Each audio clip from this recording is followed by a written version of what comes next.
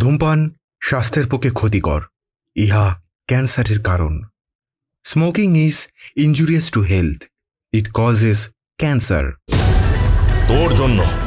তোর জন্য আমাকে আবার জ্বালাচ্ছে। কেন কেন তুই বাড়িতে বিপরীত শক্তির ব্যবহার করছিস? কেন ঢুকিয়েছিস তান্ত্রিককে?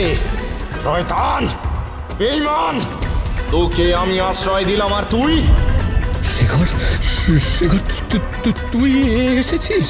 কেন আসবো না? আমি না এলে তোর বজ্জাতির বিচার করবে কে? আজ আমি তোকে মেরে ফেলবো, তারপর যা হয় হোক।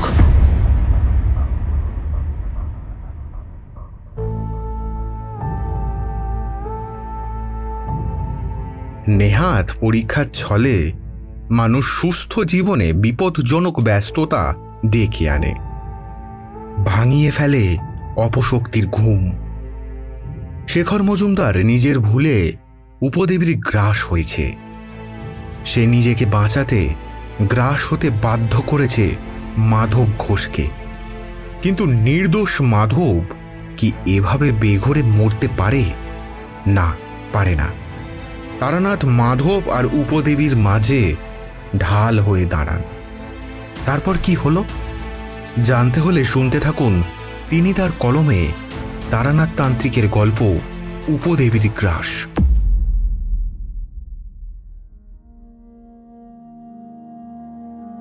সত্যি এখনো যে ভালো মানুষ পৃথিবীতে রয়েছে তা ভেবেও বেশ ভালো লাগে।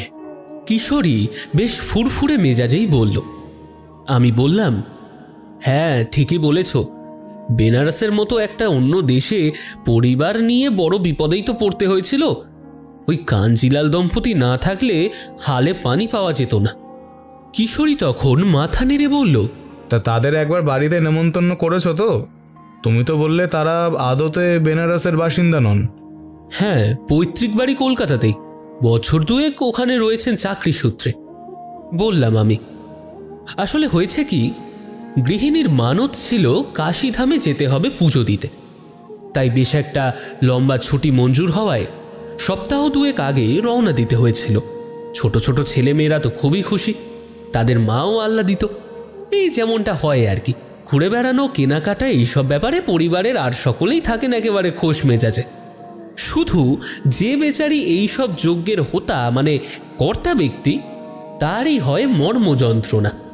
যাবতীয় হিসেবপত্র, যাবতীয় লেখাজোকা তাকেই করতে হয় কি না। তাই এসব নানান চিন্তায় আমার মনটা একটু ভারী হয়েছিল। বোধহয় সেই জন্যই দুর্ঘটনাটা ঘটার সময় আমি অন্য মনস্ক ছিলাম।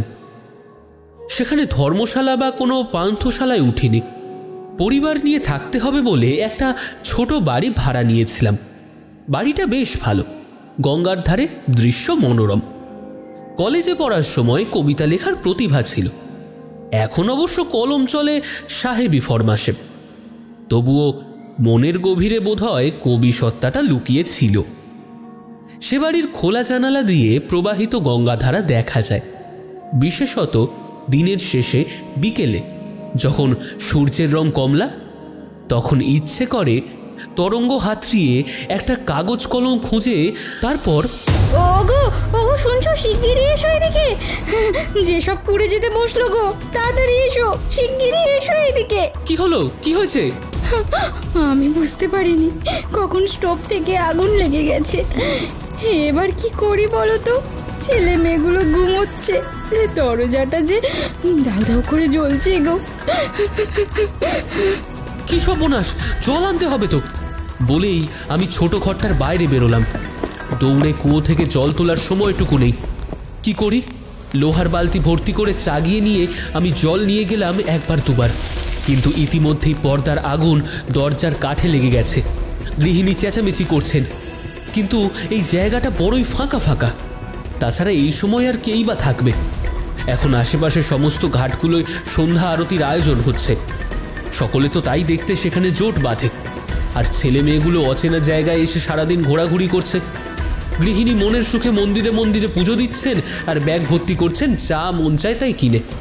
সকলেই ঘুমাচ্ছিল। বিকেল হয়েছে দেখে গৃহিণী বোধহয় চা করবেন বলে স্টোভ জ্বালিয়েছিলেন। ছেলেমেয়েরা ঘুমাচ্ছে অকাতরে। আর আমি ছিলাম পাশের ঘরে। এরই মধ্যে ওগো ওগো, আমাদের কুকুর কি হবে গো? এত করে ডাকছি, ওরা শুনছে না। আমি বড্ড বিচলিত হয়ে পড়েছি। সত্যি তো, আগুন পেরিয়ে ওদের কাছে যাবো কি করে? আর ওরাই বা আসবে কেমন করে বাইরে? ঠিক এই সময় সদর দরজা পেরিয়ে ভেতরে ঢুকলেন এক ভদ্রলোক। দীর্ঘায়তন, অভিজাত শ্রেণীর ব্যক্তি দেখে যা বোঝা যায়। প্রথমেই আমায় বললেন, কি হয়েছে মশাই, এত হাঁকডাক কিসের? দেখুন না মশাই, আসলে আমাদের রান্নাঘরে আগুন লেগে গেছে, আর সেই আগুন ছড়িয়েও পড়েছে। ভেতরে আমার ছেলেমেয়েরা ঘুমিয়ে আছে। আমি আমি বুঝতে পারছি না কি করব। তিনি তৎক্ষণাৎ আমায় বললেন, শুকনো চটের থলি, কম্বল এইসব নিয়ে আসুন। জল ঢেলে লাভ হবে না, আগুন বেশি বেড়ে গেলে চট চাপা দিয়ে নেভাতে হবে। তাই তো, এই কথাটা তো আমার মাথায় আসেনি। তড়িঘড়ি ঘরে ঢুকে মস্ত মস্ত চটের থলি উপুড় করে জিনিসপত্র মাটিতে ফেলে সেগুলো নিয়ে বেরিয়ে এলাম। এছাড়াও সঙ্গে বাঁধা যে বিছানাপত্র ছিল তাও বের করলাম। সেই ভদ্রলোক একাই যেন 10 জন হয়ে আগুন নেভাতে লাগলেন। গৃহিণী এক কোণে দাঁড়িয়ে থরথর করে কাঁপছেন আর ইষ্ট নাম জপ করছেন। আমি আর সেই ভদ্রলোক মিলে অবশেষে আগুনটা আয়ত্তে আনতে পারলাম। তিনি কাপড় চোপড় দিয়ে আগুন নেভানোর চেষ্টা করেন, আর আমি পাতকুয়ো থেকে জল তুলে এনে ঢালি। এই করতে করতেই অবশেষে সেই যাত্রার মতো রক্ষা পাওয়া গেল।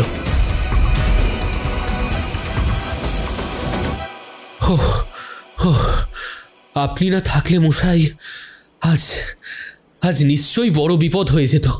আরে ওরকম করে বলবেন না, আসলে এখান দিয়ে আমি যাচ্ছিলাম। আমি মাঝে মাঝেই আসি। গঙ্গার এই ঘাটটা নির্জন, এখানে সন্ধে ঘনাতে দেখি। আজ আপনাদের বাড়ির ভিতর থেকে চেঁচামেচি শুনতে পেলাম। দরজাটাও খোলা ছিল, তাই কৌতূহলবশত। গৃহিণী এতক্ষণে ধাতস্থ হলেন, বললেন, এ বাড়িতে আর থাকা যাবে না, এ বাড়ি অলক্ষণে। মাগো, একটু দেরি হলে যে কি সর্বনাশ হয়ে যেত। কি আশ্চর্য, এখন আলাদা বাড়ি আবার পাবো কোথা থেকে? ছেলেমেয়েরা অনেক আগেই জেগেছে। আশ্চর্য ব্যাপার, দুর্ঘটনার সাক্ষী হয়ে তারা স্তম্ভিত। ছাই মারিয়ে তারা বাইরে এসেছে। তাদের মা দুজনকে দুহাতে ধরে তখনও কাঁপছেন। সেই ভদ্রলোক বললেন, মানে আমার একটা বাড়ি আছে, বেশ বড়। আমরা দুটি প্রাণী দোতলায় থাকি। আপনারা একতলায় যদি কষ্ট করে থাকেন অসুবিধে হবে না, সেখানেও সব রকম ব্যবস্থা আছে। সত্যি আপনার কাছে কৃতজ্ঞতার শেষ নেই মশাই। বেশ, তবে আজই ওখানে উঠে যাওয়া যাক। বুঝতেই পারছেন এরা সত্যি ভয় পেয়ে গেছে। তিনি হেসে বললেন, অবশ্যই, আমি যাই, গিয়ে একটা ছ্যাঁকড়া গাড়ি ডেকে আনি। মালপত্র উঠিয়ে নিয়ে যেতে হবে তো, আর এই বাড়ির মালিককেও একটা খবর দিতে হবে। আমি তাকে চিনি, যাওয়ার পথে বলে দিচ্ছি। বলে তিনি সব দায়িত্ব বুঝে নিয়ে চলে গেলেন। বলে গেলেন একটু পরে আসবেন গাড়ি নিয়ে। আমাদের মালপত্র গোছগাছ করা হয়ে গেছে। এক কথায় বাড়ি বদলালাম। এই বাড়ির মালিককে অবশ্য কিছু ক্ষতিপূরণও দিতে হবে। আগুন লেগে দরজার কাঠ পুড়েছে, তিনি ছাড়বার পাত্র নন। তাই তর্কাতর্কি না করে আমি বললাম, হ্যাঁ বেশ ঠিক আছে, অসুবিধা নেই, আমি দিয়ে দেব। বলে সকলে গাড়িতে উঠে বসলাম। তারপর 5-6টা দিন নতুন বাড়িতে বেশ কাটল। যদিও গৃহিণী উনুনের ধারে কাছে যেতে পারছিলেন না সহজে। কাঞ্জিলাল মশাই তার স্ত্রীকেই দায়িত্ব দিয়েছেন। বৌঠান অত্যন্ত আন্তরিক, খুব অতিথি বৎসল, নিজেরাই আমাদের যত্ন আত্তি করতে ব্যস্ত। আমরা যেন ভাড়াটে নই, তাদের কুটুম। ফিরে আসার সময় রমাকান্ত কাঞ্জিলালকে বলে এলাম, কলকাতায় গেলে আমার বাড়িতে যেন পায়ের ধুলো পড়ে মশাই। কাঞ্জিলাল বললেন, অবশ্যই যাব। এবার তো আর বৌমার হাতের রান্না খাওয়া হলো না, ওবার তাই খেতে যাব। বৌঠান বললেন, তোমাদের পেয়ে খুব ভালো লাগলো, কেমন একটা মায়ায় পড়ে গেছি। আবার নিশ্চয়ই দেখা হবে। গৃহিণী তার হাত ধরে বললেন, দেখা হবে না, দেখা করতে হবে। আপনারা আসবেন, আমরা অপেক্ষা করব। এই সব প্রতিশ্রুতি পর্ব শেষ হওয়ার পর কলকাতায় ফেরার পথে রওনা দিলাম। রমাকান্ত কাঞ্জিলাল একজন রেল কর্মচারী, চাকরি সূত্রে ওখানে আছেন, বছর 2 হলো। তার সাথে আলাপ হয়ে সত্যি ভালোই লাগলো। সময় মতো যদি পরিচয় না হতো তবে তো বিপাকে পড়াটা একদম নিশ্চিত ছিল। গৃহিণী অন্তরে বড়ই ভীতু মানুষ, কোনো একটা ব্যাপারে যদি ভয় জন্মায় তাহলে শতজোর করেও তাকে দিয়ে সেই বিষয়ে আর কোনো কাজ করানো যায় না সহজে। বেনারসের মতো জায়গায় সুলভে ঘর পাওয়া খুব একটা সহজ ব্যাপার নয়। যাই হোক, বিপত্তি যখন হয়নি তখন আর ওসব প্রসঙ্গ তুলে লাভ নেই। কলকাতায় ফিরে কিশোরীর বাড়ি গেলাম। সে সব শুনে বলল, সত্যি বাবা বিশ্বনাথের দয়ায় বড় অনর্থ হয়নি। আমি বললাম, বিশ্বনাথের দয়া তো রয়েইছে, এবার যে তারানাথের জন্য মনটা টানছে কিশোরী, চলো তাকে প্রসাদও তো দিতে হবে, আর দেখাও করে আসি। কিশোরী হেসে বলল, হ্যাঁ যাব তো, তুমি ছিলে না বলে আমিও ওই মুখো আর হইনি কয়দিন হলো। জোড়ায় জোড়ায় গিয়ে অভ্যেস হয়ে গেছে তো, একা গেলে তেমন ঠিক মন বসে না। তারপর দুটিতে এলাম তারানাথের কাছে। বিশ্বনাথের প্রসাদ পেয়ে তারানাথ কপালে ছুঁয়ে বললেন, কতকাল যায় না, যাক তাও তোমার দৌলতে প্রসাদ পাওয়া হলো। তারানাথকে অভিজ্ঞতার এত কথা বললাম, তেলে ভাজা পাসিংস সবই হলো। কি হলো ঠাকুরমশাই, আপনি একটাও কথা বলছেন না যে? কিছু ভাবছেন নাকি? বলল কিশোরী। সত্যি আমরা এত কথা বললাম, সেই তুলনায় বৃদ্ধ কিন্তু মৌনই হয়ে আছেন। না, ভাবছি ভালো মানুষ পৃথিবীতে নিশ্চয়ই আছে, কিন্তু ভালো মানুষের ভান করে মন্দ করে এমনও মানুষ পৃথিবীতেই আছে। তার মানে? বললাম আমি অবাক হয়ে। তারানাথ বললেন, একবার একজন এসেছিল আমার কাছে। গ্রামের ছেলে শহরে এসেছে কাজের খোঁজে। বুঝতেই পারো শহরের যা হালচাল, নুন আনতে পান্তা ফুরায় অবস্থার। কোনো গ্রাম্য লোক যদি এখানে এসে চাকরি করতে চায় তবে তাকে অনেক দুর্গতি ভোগ করতে হয়। তাই মাধব ঘোষেরও তাই হয়েছিল। আমি এই ঘরে বসে আছি, তখনও এমনই ভাদ্র মাস। কয়েকদিন পরেই পুজো। এক মক্কেলের বাড়ি অরন্ধনের নেমন্তন্ন ছিল সেই দিন। দুপুরে ভরপেট খাওয়া হয়েছে। তাদের নিরামিষ রান্না হয়। কলার বড়া, পায়েস, ছাই মারা নারকেল, চালতার টক, আরও কত কি। সব খেয়ে বাড়ি এসে ঘুমিয়ে পড়েছিলাম। বিকেল বিকেল ঘুম ভেঙেছে। বসবার ঘরের দরজাটা খুলে সামনে বসেছি একটা মোড়া নিয়ে। এই সময় একরকম হাওয়া হয়, যাতে আগমনীর গন্ধ ভেসে বেড়ায়। বাইরে আকাশে চলছে নীল সাদা মেঘের খেলা। আমি এমন জায়গায় বসেছি যেখান থেকে অল্প আকাশ দেখা যায়। এই সব অস্তিত্বগুলো বড় পেয়ে বসে। অকাজের সময় ছেলেবেলার কথা মনে পড়ে। আমারও পড়ছিল। এমন সময় দেখলাম হাঁপাতে হাঁপাতে ছুটে আসছে একজন। কি আশ্চর্য, আমার দরজার দিকেই যে তার গতি। উঠে দাঁড়াবো কিনা ভাবছি, এমন সময় সেই লোকটা শটাং ঢুকে এলো ভেতরে। খালি পা, পরনে মলিন পোশাক, মাথার চুল এলোমেলো, দুটো চোখ যেন দুটো জবা ফুল, মুখে অন্তত দিন পাঁচেকের না কামানো দাড়ি। আরে কে আপনি? এখানে কাকে চান? হাঁপাতে হাঁপাতে সে বলল, আগে আগে এক গ্লাস জল দিন, আমি বোধহয় এক্ষুনি মারা যাব। দাঁড়ান দাঁড়ান, আমি জল আনছি। চারি এবং তার মা তখন ছিলেন না। অগত্যা আমাকেই ভিতর বাড়ি থেকে এক ঘটি জল এনে দিতে হলো।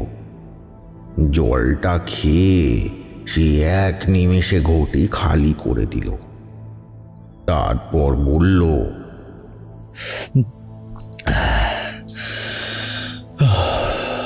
আমি একটু বসতে পারি?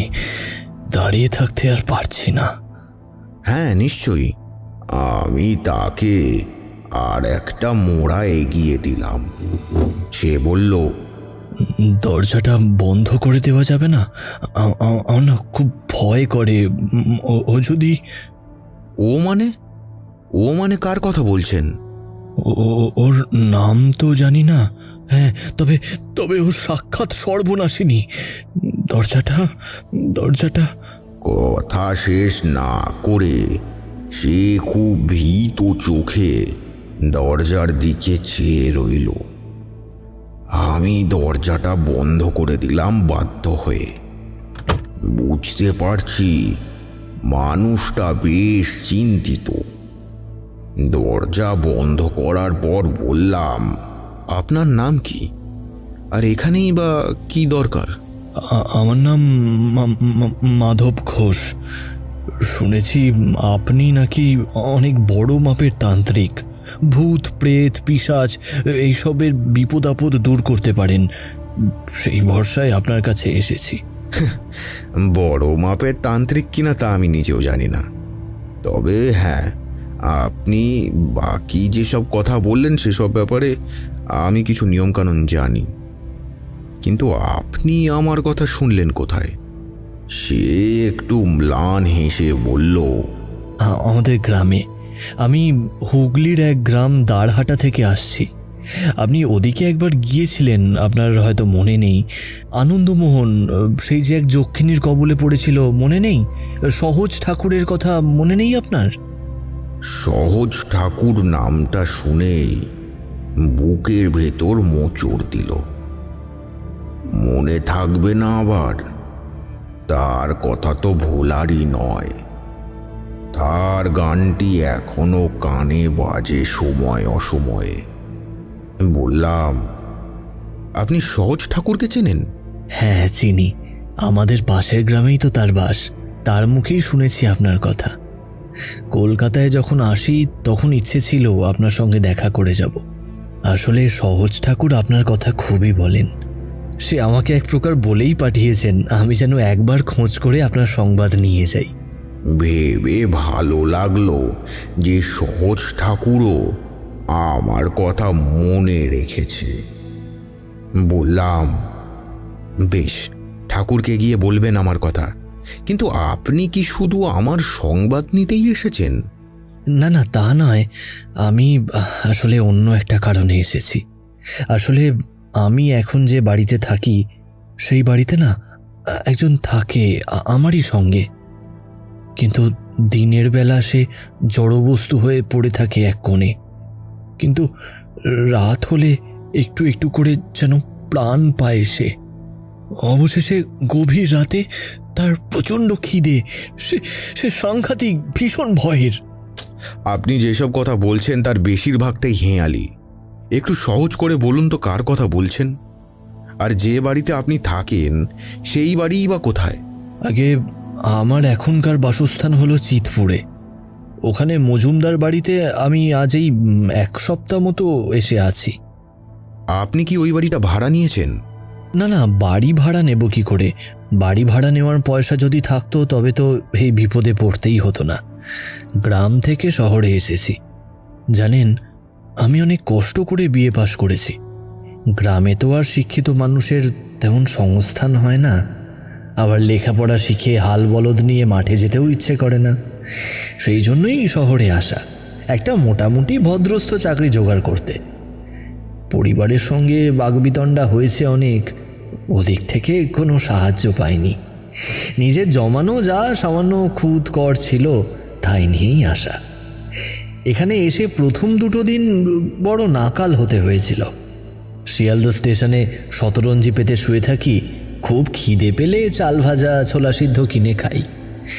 এ আপিস সে আপিস ঘুরে ঘুরে বেড়াই। বেশ কিছু ঠগ লোকের পাল্লাতেও পড়েছি, যারা এক একটা অফিস বাড়ি দেখিয়ে বলেছে মালিকের সাথে তাদের নাকি বড় ভালো সম্পর্ক, শুধু মুখের একটা কথা খসালেই চাকরি বাঁধা, শুধু আমায় তাদের একটু মিষ্টি খাওয়ার পয়সা দিতে হবে। আগে তো কখনো এমন ধাপ্পাবাজি দেখিনি, তাই ভুল করেছি। পয়সা কড়ি 9-6 হয়ে গেছে অনেক। এবার খালি হাতে গ্রামে ফিরতেও আমি নারাজ। কি করব তাই ভাবছি, এমন সময় এক রাস্তার ফুটপাতে দেখা হয়ে গেল শেখরের সঙ্গে। চেহারা অবশ্য অনেক পাল্টে গেছে, সে তো প্রায় আমারই সমবয়সী, মানে ওই বয়স 30-এর ভিতর। দেখে মনে হয় 40-45 হয়ে গেছে। শেখরকে বললাম আমি। আমাদের গ্রামের মজুমদার বাড়ির পাগলা শেখর। তাকে সবাই পাগলা বলতো। তার মাথা খারাপ ছিল না কোনো কালেই। সে একটু খ্যাপাটে মতো ছিল। নানান রকম দেশ বিদেশের হাবিজাবি বই পড়ে কী সব যেন সাধনা করত। দেওয়ালে আঁকিবুকি কাটা, কাঁচা মাটি দিয়ে কিংভূত মূর্তি গড়া, রাত বিড়েতে অস্থান কুস্থানে চলে যাওয়া, এইসব আর কি।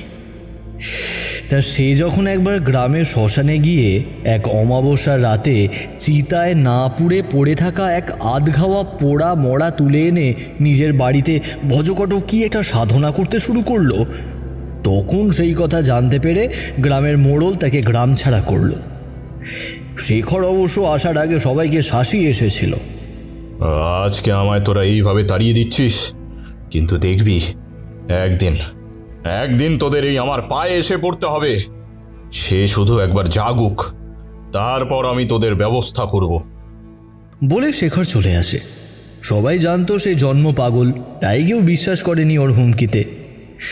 কথাটা আমিও জানতাম, কিন্তু এমন দুঃসময় অজানা শহরে কেউ যদি বলে সে আমার মাথার ছাদ, পেটে ভাত, এমনকি আমায় ভালো একটা চাকরি যাতে হয় তার চেষ্টাও করবে নিশ্চয়তা দিয়ে, তাও আবার বিনিময় কানাকড়িও না নিয়ে, তবে আপনিই বলুন আমার অবস্থায় থাকা কোন মানুষটা এই কথায় বিশ্বাস করবে না? আর আপনিও তাই করলেন? হ্যাঁ, তাই করলাম। এক কথায় শিখরের বাড়িতে গিয়ে উঠলাম। চিতপুরে ওই বাড়িটা নাকি তাদেরই ছিল।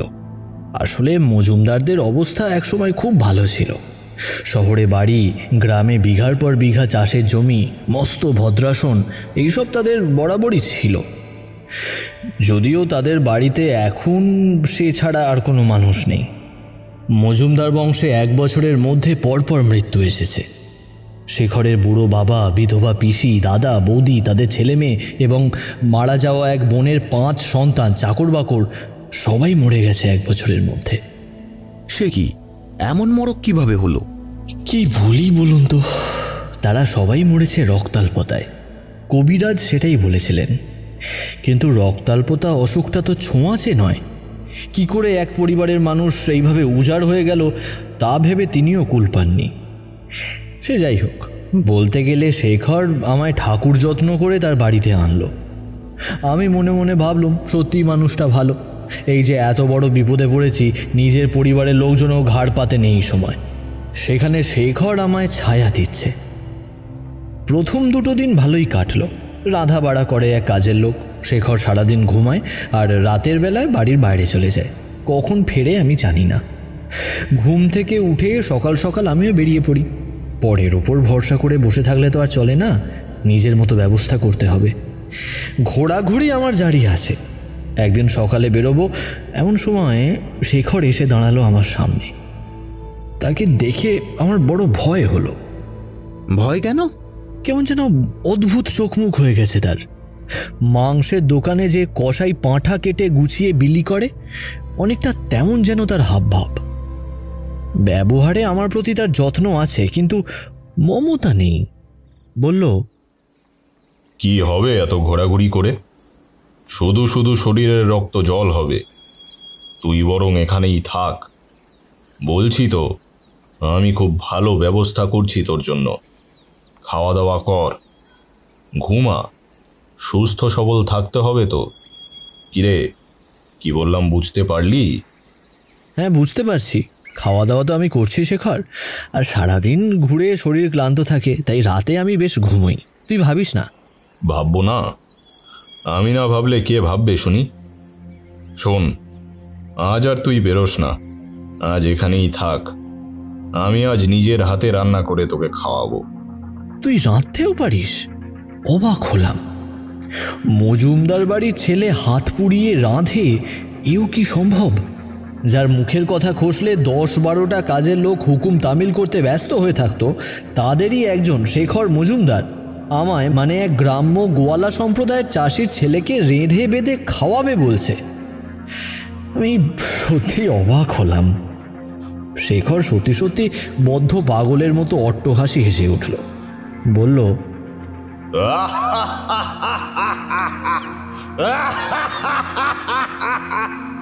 কি ভাবছিস আমি কেমন রান্না করব? ভাবিস না, দেখবি আজ আমার হাতের রান্না খাওয়ার পর তোর আর অন্য কারোর হাতের রান্না মুখে রুজবেই না। যতদিন বাঁচবি ততদিন আমার রান্নার স্বাদ তোর জিভে লেগে থাকবে, বলতেই পারবি না আমাকে, বুঝলি? ইরে, কিছু বলছিস না যে? কথা বল, চুপ করে আছিস কেন? আরে বল না।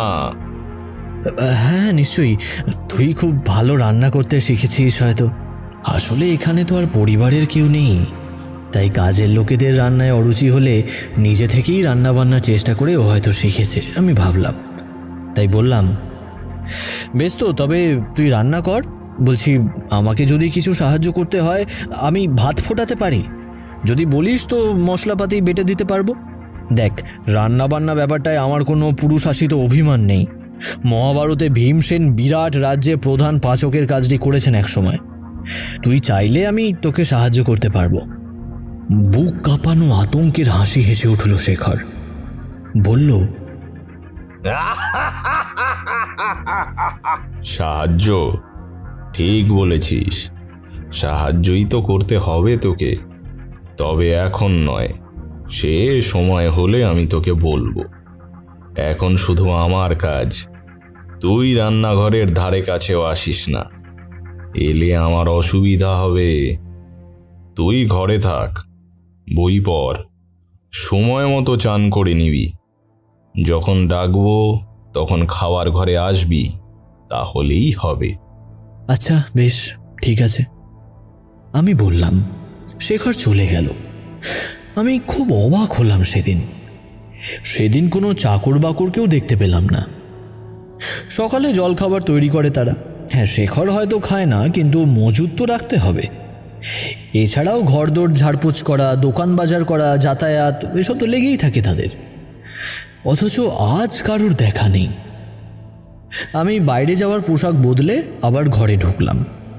এবার একটার পর একটা বইয়ের পাতা উল্টাচ্ছি, সময় কাটছে, বেলা বাড়ছে। আমি যেন একটা অস্থিরতায় অস্থির হয়ে উঠছি। মনে হচ্ছে আমি এখান থেকে চলে যাই, গ্রামে চলে যাব, সেই ভালো।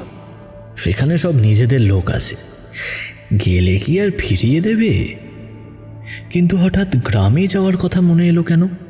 না, সেখানে কিছুতেই খালি হাতে যাওয়া যাবে না। শহরে একটা ব্যবস্থা করতেই হবে নিজের, তারপর সগৌরবে যাওয়া যাবে। এসব ভাবতে ভাবতে চোখটা কখন লেগে গেছে টের পাইনি। আসলে রাতে নরম বিছানায় শুলেও মাথাটা গরম থাকে, ঘুমের ভেতরেও। পরের আশ্রয়ে আছি, যে কাজে আসা সেই কাজ এখনো অধরা। একটা হীনমন্যতা তো থাকেই। এখন অসময় বিছানায় এসেছি বলে সম্ভবত ঘুমটা পেল। ঘুমিয়ে পড়েছি, ঘুম বোধহয় বেশ গভীরও হয়েছে। এমন সময় কি একটা অস্বস্তিতে আমার ঘুমটা ভেঙে গেল। মনে হলো ঘরে কেউ যেন ঢুকেছে। আমার বিছানার কাছে দাঁড়িয়ে আছে সে, এক দৃষ্টে দেখছে আমাকে। মাথা নিচু করে আমার চোখের ওপর চোখ রেখে। চোখ মেললেই আমি তাকে দেখতে পাবো। বুকের ভিতর ধড়ফড় করছে, ভীষণ ভীষণ ভয় করছে, কিন্তু চোখ মেলে চাইবার সাহস হচ্ছে না।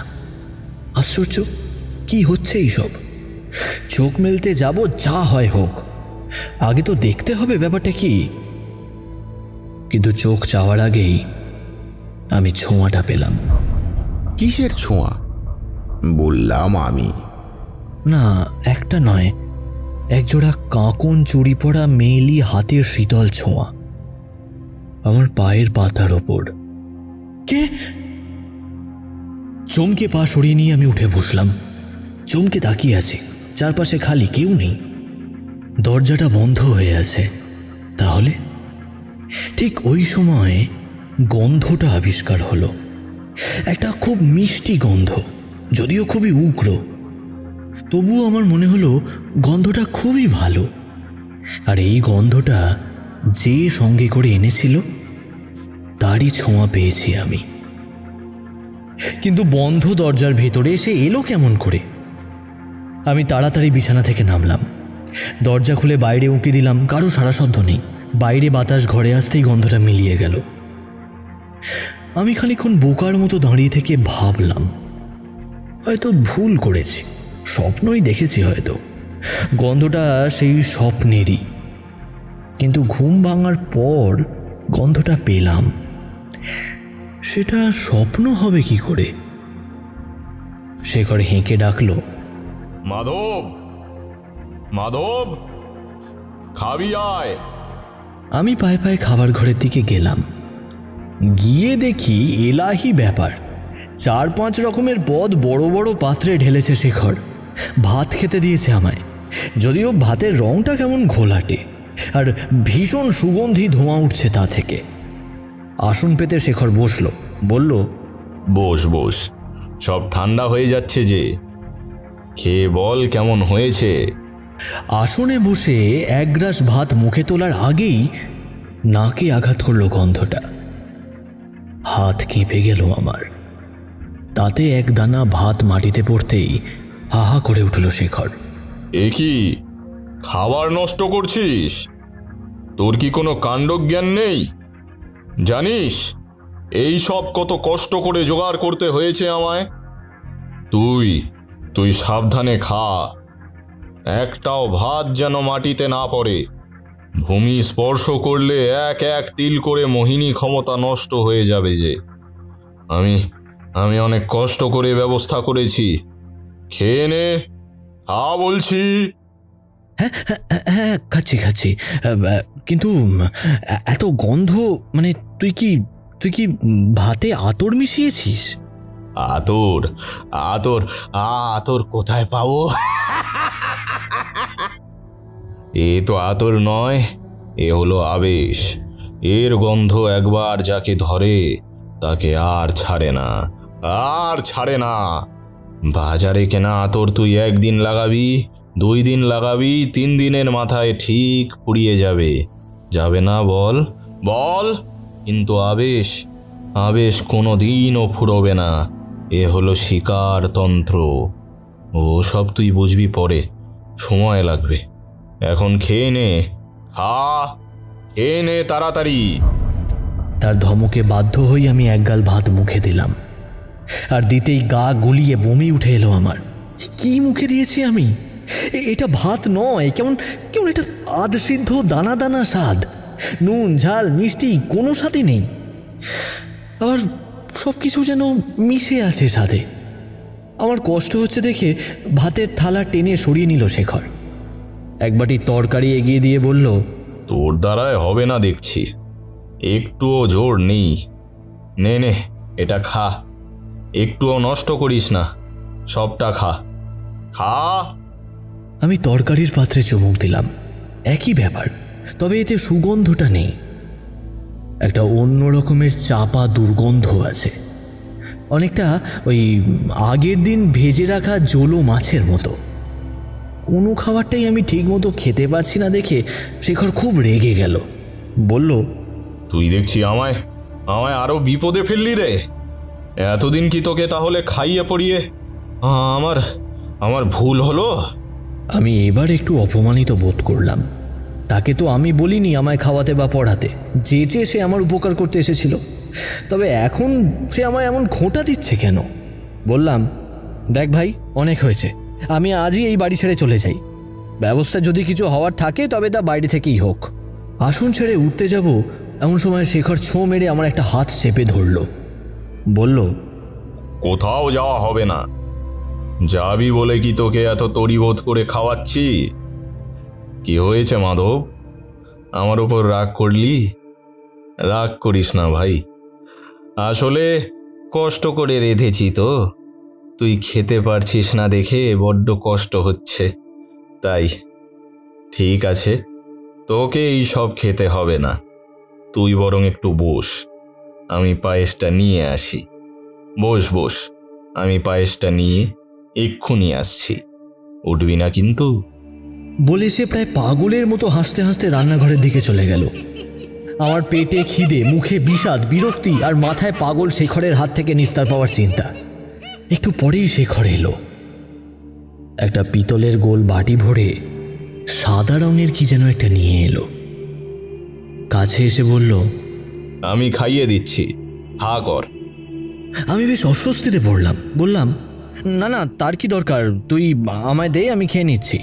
শেখর বলল, দরকার আছে, এই আমার শেষ অস্ত্র, এ নষ্ট হলে সব ফন্দি মাটি হয়ে যাবে।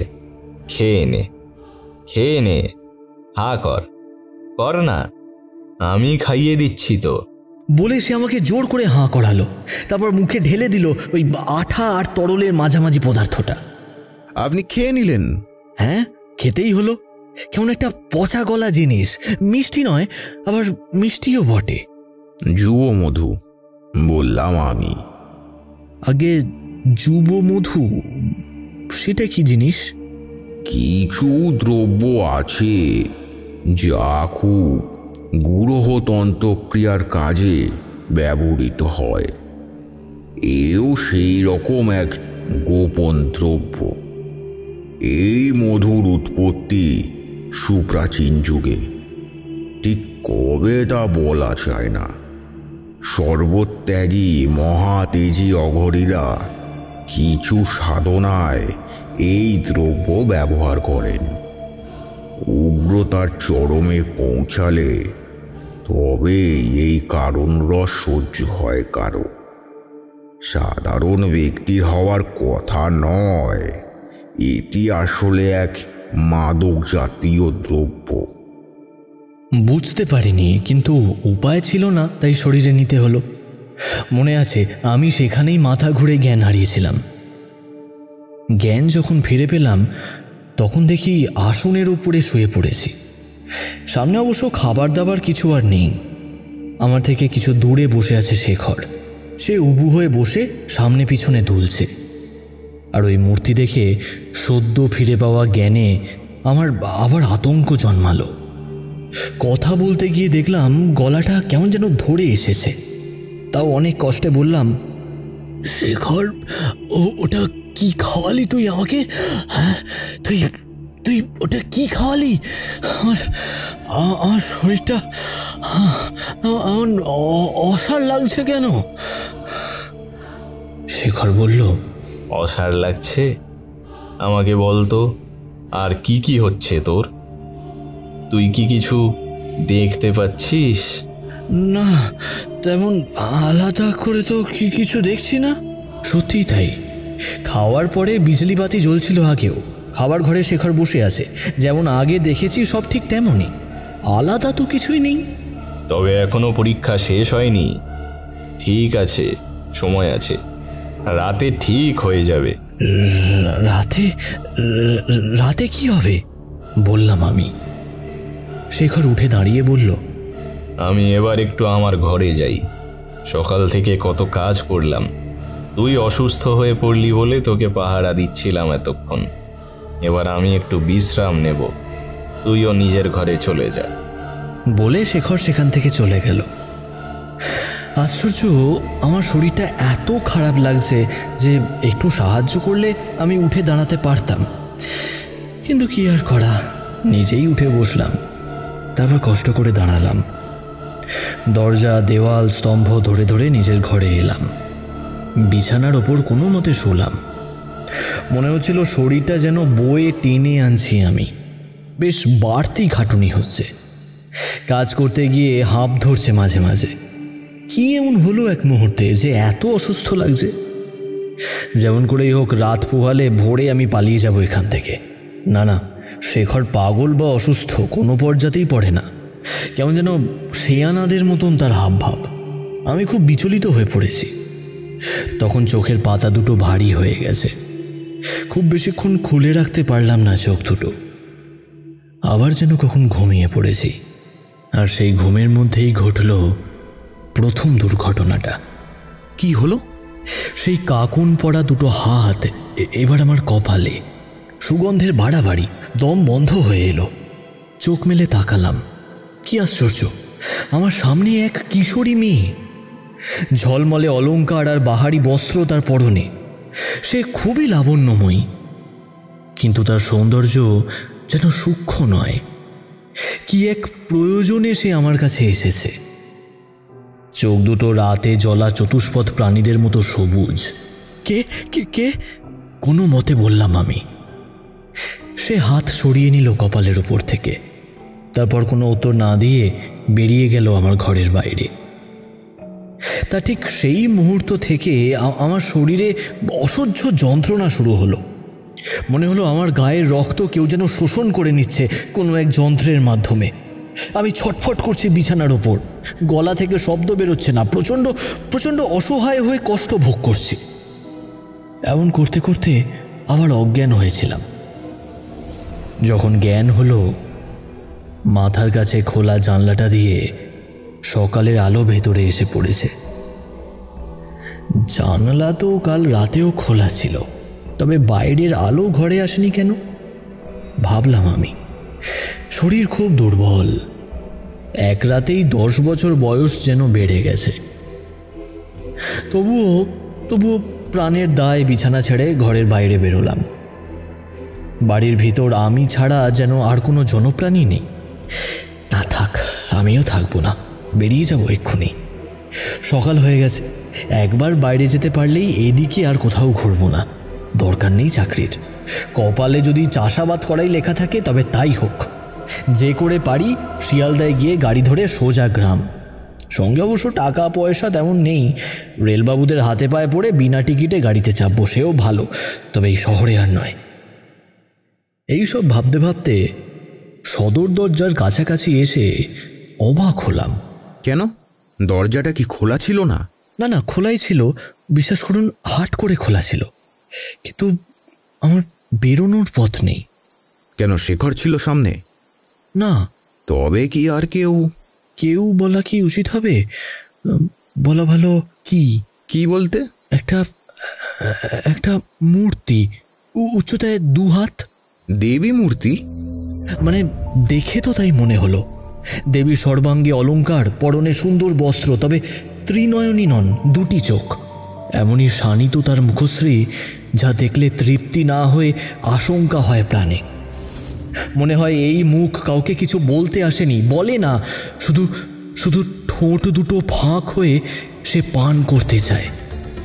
আমায় কেউ কিছু বলেনি, তবু মনে হলো তাজা রক্তই এই মূর্তির একমাত্র পানীয়। আর সে গত রাতে আমার রক্তই পান করেছে। মূর্তিটা সদরের ঠিক মাঝখানে রয়েছে। আমি এবার সেখানেই বসে পড়লাম। আমার আর কিছুই করার নেই।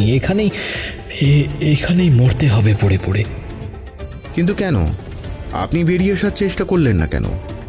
বললাম আমি। কিভাবে করব? মূর্তিটা বারবার আমার পথ আটকে দাঁড়াচ্ছে। সেটা যে আসলে মূর্তি নয়, এ কথা ততক্ষণে আমি ভালো মতো বুঝতে পেরেছি। কেঁদে কাকুতি করার ক্ষমতা আমার নেই, পালিয়ে যাওয়ার শক্তিও নেই। সেখানে বসে থাকতে থাকতে আমি এলিয়ে পড়লাম এক সময়। তারপর আর কিছু মনে নেই। এইভাবে কেটে গেল 5টা দিন। আমি কদিন এক ফোঁটা জলও খেতে পারিনি। আমায় মৃত্যু প্রতি মুহূর্তে ছুঁয়ে যাচ্ছে ঠাকুরমশাই। আমি বড় বিপদে পড়েছি। বুঝলাম, কিন্তু আজ আপনি আমার কাছে তবে এলেন কেমন করে? আজ কি আপনার শরীরটা একটু ভালো আছে? বললাম আমি। মাধব বলল, গত রাতে একটা ঘটনা ঘটেছে। আজকাল আমার আর কিছু খেয়াল থাকে না। কখন দিন, কখন রাত, কখন আমি কোথায় পড়ে থাকি। তবে কাল মনে হয় রাতটা বেশ ঝলমলে ছিল। চাঁদের আলো এসে পড়েছিল কোনো একটা খোলা জানলা দিয়ে। আমি বারান্দায় পড়ে আছি। সেই মূর্তি নিজের পায়ে চলে ফিরে বেড়াতে পারে, এঘর ওঘর, যখন যেমন খুশি। সে কখনোই আমার খুব কাছে আসে না, হাত কয়েক দূরে দাঁড়িয়ে থাকে, আর যন্ত্রণায় ছটফট করি আমি। বুঝতে পারি সে কেবল দৃষ্টি দিয়ে শোষণ করছে আমার জীবনী শক্তি। আলোয় চোখ পড়তে বাঁচার বড় স্বাদ হলো। আলো জিনিসটাই বোধহয় এমনই হয়। ধারে কাছে সেই মূর্তিকে দেখা যাচ্ছে না। আমি উঠে বসলাম। হঠাৎ মনে হলো আমার তো গুরুমন্ত্র আছে। হ্যাঁ, এতদিন জপ করিনি, কারণ ওইসবে আমার তেমন মত নেই। থাকলে গ্রামে বসে তুলসীমালা জপ করতাম, কিন্তু আজ আমার মন বড় টানলো। ঘর গুনে গুরুমন্ত্র জপ করতে লাগলাম। রুদ্ধশ্বাসে জপ করছি, এমন সময় ঘরের ভিতর একটা হাওয়া দেওয়ালে ধাক্কা খেয়ে বাইরে বেরিয়ে এলো ঝড়ের মতো। আমায় ঝাঁকুনি দিল বার দুয়েক। তারপর বাড়ির আনাচে কানাচে ঘুরে ঘুরে বেরিয়ে গেল কোনো এক ফাঁক দিয়ে। আমি কিন্তু মন্ত্র জপ থামাইনি। ঠাকুরমশাই, গোটা রাত বোধহয় আমি জপ করেছি, জ্ঞানে অজ্ঞানে ঠিক মনে নেই। আজ সকালে হঠাৎ মনে হলো এভাবে জীবনটাকে জলে দেওয়া যাবে না। আমায় জন্ম দিতে আমার জননীর কষ্ট হয়েছে, মানুষ করতে যথেষ্ট কাঠখড় পোড়াতে হয়েছে বাবাকেও। পরিবারে আরও যারা আছে তারা আমার শত্রু নয়, হতে পারে তাদের সাথে আমার মতবাদ হয়েছে, কিন্তু তাও আমার কাছে তাদের দাম আছে। এই পৃথিবীতে আমি টিকে আছি এতদিন, এত ঝড়ঝাপটা গেছে আমার জীবনের ওপর দিয়ে, তবু তো আছি। কিছুতেই বেঘরে প্রাণ দেব না, বাঁচার চেষ্টা করতেই হবে। তাছাড়া ভিতরে ভিতরে ভরসা পেয়েছি ততক্ষণে। সাংঘাতিক পরিস্থিতিতে মাথা খুলে যায় মানুষের, জানেন তো। আমি গুরুদেবের নাম স্মরণ করলাম। হে গুরুদেব, আপনি স্বমহিমায় রক্ষা করুন, আমায় পথ দেখান। আমি যেন এই দূষিত সত্তার আধিপত্যের বাইরে বেরোতে পারি। আমায় দয়া করুন গুরুদেব, আমায় দয়া করুন। প্রার্থনা করে নিজেকে প্রায় টানতে টানতে সদরের কাছে নিয়ে গেলাম। দরজা ভেজানো ছিল, এক টানে দরজাটা খুলে বাড়ির বাইরে বেরোলাম। আর তারপর আপনার কাছে, অনেক কষ্টে আপনার কাছে পৌঁছেছি। কিন্তু আমার কথা আপনার মনে এলো? কেন আসবে না? আপনার কথা তো আমি আগে শুনেছি। শুধু সাহায্য চাইবার প্রয়োজনটা মনে হতে হতে এতটা দেরি হলো। ঠাকুরমশাই, আপনি আমায় রক্ষা করুন। আমি একবার ভেবেছিলাম চলে যাই, ট্রেন ধরে গ্রামে ফিরে যাই, কিন্তু তারপর ভাবলাম বলা তো যায় না। কি বিপদে পড়েছি যদি গ্রামে গিয়েও শান্তি না পাই। আমি যেরকম অসুস্থ, ভালো রকম সেবা শুশ্রূষা না পেলে হয়তো মরেই যাব। গ্রামে গিয়ে নিজের মানুষদের কাছে যদি মরি তাতে দুঃখ নেই, কিন্তু ভয় আমার অন্য জায়গায়। দেখুন, আপনাকে খোলাখুলি বলছি, চিরকালই আমি বই পড়ি, বিভিন্ন বিষয়ে বইপত্র পড়া আছে। এইসব ভৌতিক পৈশাচিক ব্যাপারেও অল্প ধারণা আছে। যতটা জানি, এই ধরনের বিপদে পড়লে পালিয়ে বাঁচা যায় না, যতক্ষণ না বিপদের বীজটাকে নির্মূল করা যায়। তাই আপনার কাছে আসা। আমি মাধব ঘোষের প্রশংসা না করে পারলাম না। বললাম, সত্যি আপনি বুদ্ধিমান। শহরে আপনার মতন মানুষের একটা না একটা ব্যবস্থা অবশ্যই হবে। ঠিকই বলেছেন, যে বিভীষিকার পাল্লায় পড়েছেন তা ধ্বংস না হলে আপনার নিস্তার নেই। এমনকি আপনি যদি কোনো মানুষের আশ্রয় গিয়েও পড়েন, আপনার পিছু পিছু বিপদ গিয়ে ধাওয়া করবে তাকেও। আপনি আমার কাছে এসে সত্যিই ভালো করেছেন। এবার আপনি কিছু একটা বিধান করুন। আপনি বলে দিন আমার কি গতি হবে আর কিসে ওই বিপদ কাটবে। আমি নিস্তার পেতে চাই ঠাকুরমশাই। নিশ্চয়ই পাবেন। আজ রাতে সমস্ত বিপদ শেষ হবে। ওই বাড়িতে বসেই আপনি দেখতে পাবেন কেমন করে এই পর্বের উপর জবনিকা পড়ে। আমার কথা শুনে অকুলে কুল পেলেন তিনি। যথা সময়ে তৈরি হয়ে চিতপুরের উদ্দেশ্যে রওনা দিলাম। বাড়ির সদর দরজা হাট হয়েছিল। আশ্চর্য, সারাদিন এমনভাবে দরজা খোলা থাকার সত্ত্বেও একটা কুকুর বিড়াল অব্দি ভেতরে ঢোকেনি। বাড়ির মধ্যে ঢোকার সময় আমার ষষ্ঠ ইন্দ্রিয়ে ধরা পড়েছে একটা অপ্রীতিকর উপস্থিতির আভাস। দেহবন্ধন করে নিয়েছি দুজনেই। এ বাড়িতে বিজলিবাতি আছে, সেই আলোয় গোটা বাড়িটাই ঘুরে ঘুরে দেখালেন আমাকে মাধব। তারপর পছন্দ মতন একটা ঘর বেছে নিলাম আমি। উত্তর দিকে দরজা। জানতে পারলাম এই ঘরেই নাকি শেখর থাকতো। আর সেই মূর্তিটা? বললাম আমি। মূর্তিটা কোথাও নেই, থাকবার কথাও নয়। সেটা তো আদতে মূর্তি ছিল না, সেটা ছিল একটা ভাব অবয়ব। শেখরের শৃঙ্খলহীন বাসনা সৃষ্টি করেছে তাকে, আর প্রভাব বিস্তার করার সুযোগ পেয়ে মুগ্ধ হয়েছে সে মূর্তি। আমি নিজের মতন গোছগাছ করতে শুরু করলাম, কারণ মাধব ঘোষের যা অবস্থা তার উপর কোনো দায় চাপানো উচিত হবে না। অবশ্য একটা কাজ তাকে করতেই হতো, কারণ সেই কাজ আমার সাধ্যের বাইরে। আমি একটা কলা পাতায় সাদা ও কালো তিল সাজালাম, এক ছড়া গুড়ের মালা রাখলাম, আর তার মাঝখানে বসালাম চাল কুমড়োটা। কাজল দিয়ে চোখ এবং গোঁপদাড়ি এঁকে দিয়েছি। এবার পোশাক পরানোর পালা। মাধব ঘোষকে বললাম, শেখর ব্যবহার করতো এমন একটা না কাঁচা কাপড় জোগাড় করতে হবে। কিন্তু জামা কাপড় সে কোথায় রাখতো তা তো আমি ঠিক জানি না। কথাটা সত্যি, ঘরে অনেক আসবাব আছে, কিন্তু আলমারি বা আনলা চোখে পড়ছে না। অনেক খোঁজাখুঁজি করে অবশেষে একটা মলিন ধুতি পাওয়া গেল অন্য একটা ঘরের খাটের তলা থেকে। পাগলাটে চরিত্রের মানুষ কখন কোথায় কি রাখে বলা যায় না। যাক, এতে আমার কাজ হবে। ধুতিটা পরিয়ে দিলাম কুমড়োটার গায়ে। তারপর মাধব ঘোষকে সুরক্ষা গণ্ডিতে রেখে আমি বসলাম মূল কাজে।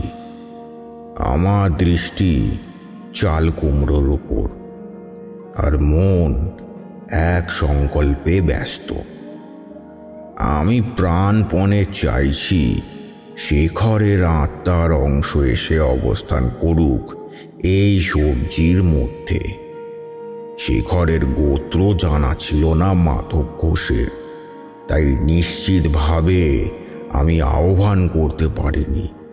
শুধু নাম আর নমুনার উপর ভিত্তি করে সবজি স্থাপন করেছি, কিন্তু কিছুতেই কিছু হচ্ছে না। অযথা সময় যাচ্ছে দেখে আমি উঠে দাঁড়ালাম। মাধব ঘোষকে বললাম, আপনি উঠে আসুন। সে কি? আপনি যে বললেন কি না কি কাজ হবে, আমায় এই গণ্ডির বাইরে বেরোতে বারণ করলেন, তবে সে কাজ কি হয়ে গেল? না না, কাজ হয়নি। আর আপনি নিরাপদে থাকলে সে কাজ হবে না, তাই আপনাকে বিপদের মধ্যে নিয়ে এলাম। তার মানে? দারুণ চমকে বলল মাধব। মানে আপনার আকর্ষণেই সেই উপদেবীকে আসতে হবে। আপনি আপনার মতন চেষ্টা করুন, আর আমি আমার মতন চেষ্টা করছি। মাধব ঘোষ খুবই বিচলিত হলো, কিন্তু আমার কথা ফেলতে পারল না।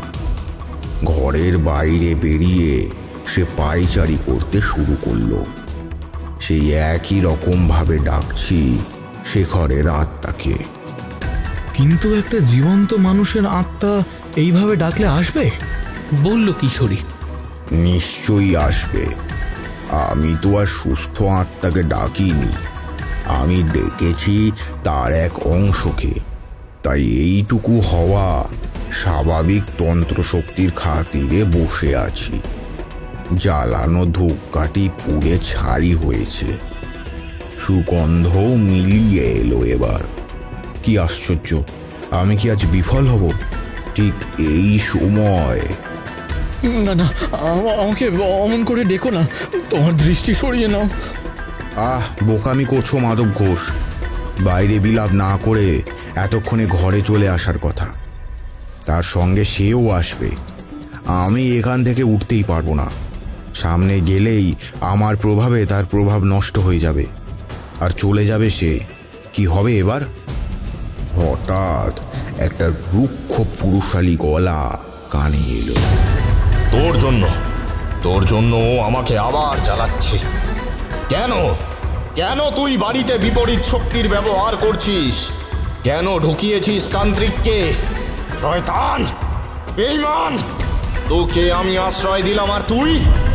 শেখর, তুই এসেছিস? কেন আসবো না? আমি না এলে তোর বজ্জাতির বিচার করবে কে? আজ আমি তোকে মেরে ফেলবো, তারপর যা হয় হোক। না না, আমায় ছেড়ে দে শেখর। ঠাকুরমশাই, দেখুন ঠাকুরমশাই, শেখর আমায় মারতে আসছে। ব্যস্ত হয়ে মাধব ঘোষ আমার কাছে এলো। তার পিছন পিছন একটা মুগুর হাতে শেখর মজুমদার, আর দুজনের মাঝখানে সে। সত্যি তার মূর্তি আশঙ্কা জাগানোর মতো। আমি এবার জোরে জোরে মন্ত্রপাঠ করতে শুরু করলাম। মাধবকে স্থির করা প্রয়োজন। তুই চালাকি করে বাঁচবি ভেবেছিস? তোকে আমি আর ছাড়বো না। দূরে গিয়েও নিস্তার নেই। ওর কাছে তো তোকে দিয়ে গেছিলাম, তুই ওকে শান্ত করে রাখতে পারিসনি, তাই ও আবার আমার কাছে গেছে। আর ঠিক তখনই আমি উঠলাম আসন ছেড়ে। পিছন থেকে শেখর মজুমদারকে ধাক্কা দিলাম একটা। সে মুখ থুবড়ে পড়ল আমার সাজিয়ে রাখা উপাচারের ওপর, আর হাত থেকে ছিটকে পড়ল মুকুটটা। তারপর কি হলো? কিশোরী রুদ্ধশ্বাসে বলল। আর এইবার সেই উপদেবী গ্রাসের সুযোগ পেল। শুরু হলো শেখরের মরণ আর্তনাদ। চোখের সামনে ছটফট করতে করতে নিথর হয়ে গেল সে। মাধবের চোখেও আতঙ্ক। আমার মনে তখন তক্তায় শেষ পেরেক পোতার উত্তেজনা। সেই মূর্তিটা, সেই উপদেবীর গতি রোধ করলাম, মিলিয়ে যেতে দিলাম না তাকে। সে ছটফট করছে, এখানে তার পক্ষে থাকা সম্ভব হচ্ছে না। মাধব আমার মন্ত্র প্রভাবে প্রভাবিত, শেখর মৃত, আর আমায় বশ করার সাধ্য তার নেই। তাই এখানে সে বিপাকে পড়ে আছে, কিন্তু আমি তো তাকে মুক্তি দেব না। এখান থেকে ছাড়া পেয়ে গিয়ে আবার কোনো নির্বোধের অহেতুক পরীক্ষায় অনর্থক ঘটানোর সুযোগ পেয়ে সে ফিরে আসবে। তাই ওকে এখানেই বন্দি করে রাখতে হবে। কিন্তু কি করে? যাকে হাতে ছোঁয়া যায় না, যার অবয়ব পুরোপুরি ভাব জগতে, তাকে কি করে বন্দি করবেন? আচ্ছা কিশোরী, বায়োস্কোপ দেখতে গিয়ে ভালো লাগার একটা দৃশ্য তুমি তোমার মধ্যে কি করে বন্দি করে রাখো? কেন? খুব ভালো লাগলে সে যে কোনো বিষয় হোক মনে থাকে। ঠিক তাই, মনে শক্তি প্রয়োগ করলাম। আমি মনে মনে ভাবলাম, এই উপদেবীকে কামনা করেছিল শেখর কি কারণে? অপার্থিব সুখ পাওয়ার জন্য, নাকি তার নিজের করা পরীক্ষায় পাশ করে আনন্দ পাওয়ার জন্য? কারণ যাই হোক, শেখর এই উপদেবীকে আবিষ্কার করতে চেয়েছিল, আর এও এসেছিল শেখরের আহ্বানে। শেখরকে সত্যি যদি এই উপদেবী সিদ্ধিদান করত, তাহলে শেখর আজীবন এর বশীভূত থাকত, আর উপদেবীর গ্রাস হয়ে নিজের ভুল বুঝতেও পারত না কোনোদিন। কিছুটা পিছিয়ে গেলাম মনের গতিতে। যেখানে শেখর নানান জটিল উপাচারে এই উপদেবীকে আহ্বান করার চেষ্টা করেছে, সেখানে হে দেবী, তুমি আমার সাধনায় তুষ্ট হও। আমি সত্যিই জানতে চাই বইয়ে যা লেখা আছে তা সত্যি হয় কিনা। এসো, আমার কাছে এসো। উপদেবী ছলনা করে, কিন্তু শেষে ধরাও দেয়। অজান্তে বিষ খাওয়ার সময় মানুষ যেমন প্রথমেই একটা অপার্থিব তৃপ্তি আবিষ্কার করে, শেখরও তেমনই করল। তেমন কিছু নয়, সে যে অন্তত একটা অলৌকিক উপস্থিতি টের পাচ্ছে, এটাই তার কাছে অনেক বড় ব্যাপার। পেয়েছি পেয়েছি তোমায়, অবশেষে তুমি দেখা দিয়েছো। আর আমি কিচ্ছু চাই না, তুমি তুমি শুধু আমার সিদ্ধি হয়ে বিরাজ করো। ব্যাস, আমার কাজ শেষ হলো। মাধব ঘোষ ফ্যাল ফ্যাল করে দেখছিলেন, আমি উঠে এসে স্পর্শ করলাম তাকে। ঠাকুরমশাই, এইসব আমি কি দেখলাম? কি দেখলে? শেখর, ওই সাংঘাতিক জিনিসটা কি করে শেখরের মধ্যে মিলিয়ে গেল? কি করে হয়েছে তা আপনাকে বলে বোঝানো শক্ত। এইটুকু জেনে রাখুন, ওকে যে এনেছিল সেই নিয়ে গেল। শেখরের মৃত্যুর পরও তার অনুতপ্ত সত্তা গ্লানি ধুতে চাইছিল। আমি সেই সুযোগটা করে দিয়েছি। তার মানে শেখর ততক্ষণ বেঁচে ছিল? না, শারীরিকভাবে ছিল না, কিন্তু মানসিকভাবে ছিল। আমি কিছু বুঝতে পারছি না আপনার কথা। একটা মরা মানুষ আবার মানে বেঁচে গেছে, কি করে, মানে সে কি করে বেঁচে আছে? উত্তপ্ত হয়ে বলল কিশোরী। তারানাথ হেসে বলল, শেখর বেঁচে ছিল না, বেঁচে ছিল তার অনুতাপ।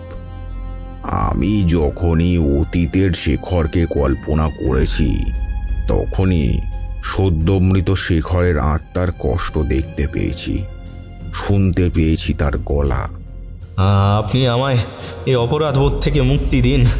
অন্যায় করেছি, তাকে এখানে রেখে গেলে আরও অন্যায় হবে।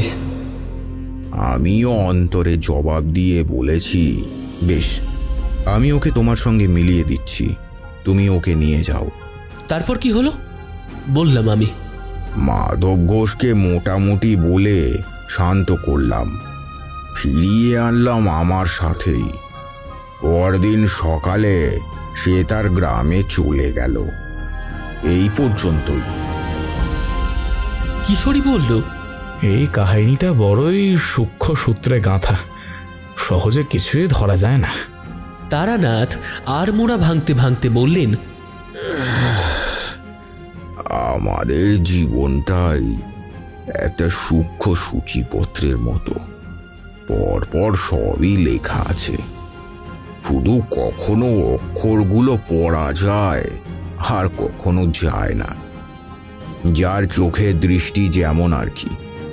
শেখর মজুমদারদের মতন একজন সুখে থাকতে অসুখ ডেকে আনে, শেষে গলা পর্যন্ত যখন ডুবে যায়, ইচ্ছে করে দুর্ভোগের মধ্যে এনে ফেলে সম্পূর্ণ নিষ্পাপ কাউকে। এই ক্ষেত্রেও তাই হলো। উপদেবী পাত্র বিচার করে না, সে যেখানে খেতে পায় সেখানেই যায়। এরা দেবী অপদেবী কোনোটাই নয়, এরা হলো আগাগোড়া এক একটা অনিবার্য উপস্থিতি, যারা আনাচে কানাচে আছে। শুধু একটু যত্ন করে ডাকলেই হয়। যার ডাকে সাড়া দেবে, তার রক্তে পরিপুষ্ট হবে তার অলৌকিক খিদে। আমার মনে হয় যেসব গুপ্ততন্ত্র লিপি স্বাভাবিক দিনেও লিপির মধ্যে অঘটন ঘটায়, সেই সব গ্রন্থাদি বাজেয়াপ্ত করা উচিত। কারণ সবাই সব কিছুর যোগ্য নয়, আর অযোগ্য ব্যক্তির হাতে অমুক শক্তিলিপি পড়লে যা নয় তাই হয়ে যায়। কিন্তু চাইলেই তো আর সব বিপদ পাশ কাটিয়ে যাওয়া যায় না ঠাকুর মশাই। কপালে মন্দ থাকলে ভালো হবে কি করে বললাম আমি।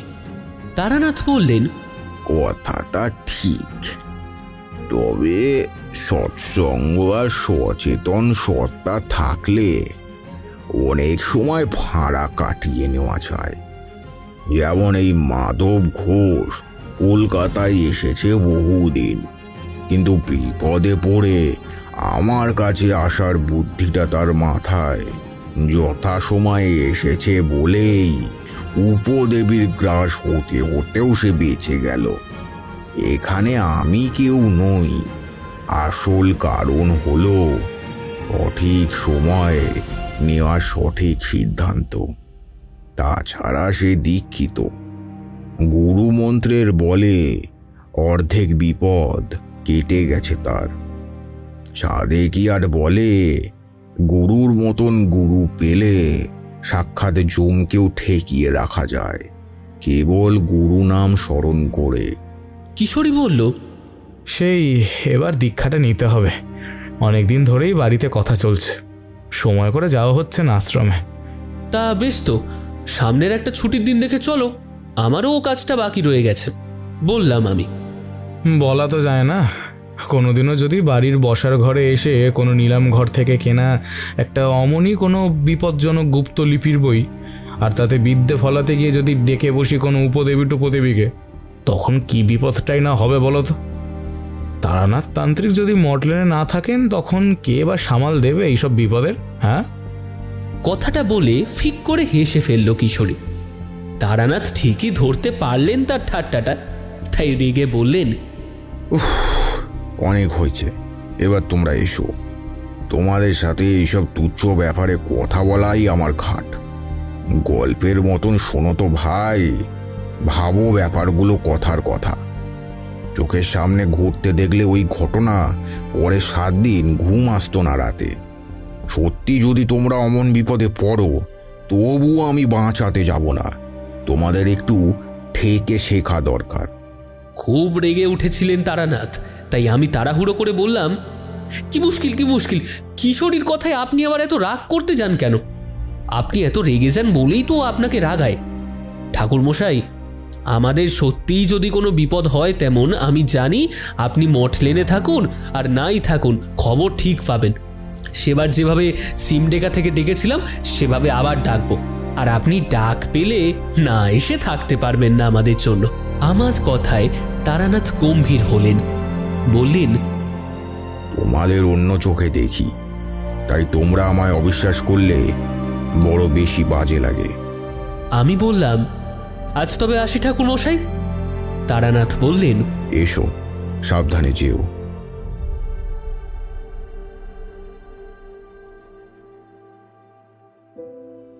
শুনছিলেন তিনি তার কলমে তারানাথ তান্ত্রিকের গল্প উপদেবীর গ্রাস। আজকের গল্পের গল্প পাঠে ও বিভূতির চরিত্রে শুভম, কিশোরী সৌমিক, মাধব রৌনক, কাঞ্জিলালবাবু রুদ্র, কাঞ্জিলালবাবুর স্ত্রী দেবস্মিতা, শেখর সুপ্রভাত, বিভূতির স্ত্রী পৌত্তুষা ও তারানাথ তান্ত্রিকের চরিত্রে নিত্যানন্দ চক্রবর্তী। গল্পের নাট্যরূপ দান করেছেন পাপিয়া, শব্দগ্রহণ জয়া, ধ্বনি পরিকল্পনা ও আবহ ইঙ্কভিলেজ ক্রিয়েশন, প্রচার অলঙ্করণ Piyali, recording studio Radha Gobinda records, সমগ্র পরিকল্পনা ও পরিচালনায় নিত্যানন্দ চক্রবর্তী। প্রত্যেক শনিবার রাত 11টায় রাতের বৈঠকখানা নিয়ে আসে দারুণ দারুণ সব গল্প। সেই সব গল্প যদি আপনি শুনতে চান, তাহলে এখনই সাবস্ক্রাইব করুন আমাদের চ্যানেলটি।